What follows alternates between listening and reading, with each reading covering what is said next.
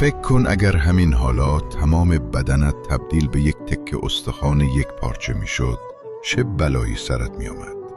ما حرکت می کنیم، می نشینیم و می نویسیم، اما فراموش کرده ایم که بقای ما به بند وجودمان وابسته است.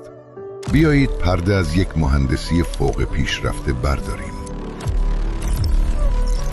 مفصل یعنی جایی که دو یا چند استخوان به هم میرسند. شاید ساده به نظر برسد، اما این لولاهای گوشتی شاهکار بی‌نظیر مهندسی الله متعال در بدن ما هستند. فکر کن اگر دستت از شانه تا مچ هیچ مفصلی در آرنج نداشت. دست تو مثل یک چوب خشک عمل میکرد.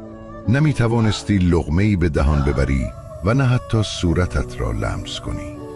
چه کسی با این دقت ریاضی دقیقاً در جایی که نیاز به خم شدن بود این مفصلها را قرار داده است؟ بیایید با کسانی که میگویند همه چیز تصادفی است کمی صحبت کنیم. چطور تصادف ممکن است در هر 10 انگشت دست تو دقیقاً به یک شکل و در یک جای مشخص این مفاصل را قرار دهد بدون اینکه حتی یکی را فراموش کند؟ چرا در طول تاریخ هیچ انسانی با استخوان یک پارچه در دست به دنیا نیامده؟ این نظم میلیمتری امضای یک مدبر حکیم است که از اتم تا کهکشان را با قانون اداره می کند، نه با اتفاق. یک لحظه به مفصل فک خود فکر کن. اگر این دو استخوان به هم جوش خورده بودند، چطور می‌خواستی دهانت را برای یک جرعه آب باز کنی؟ بدون این مفصل کوچک نه کلامی منعقد می‌شد و نه غذایی بلیده می‌شد.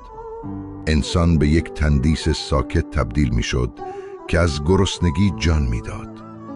آیا هنوز هم فکر می‌کنی اینها فقط تکامل کور است؟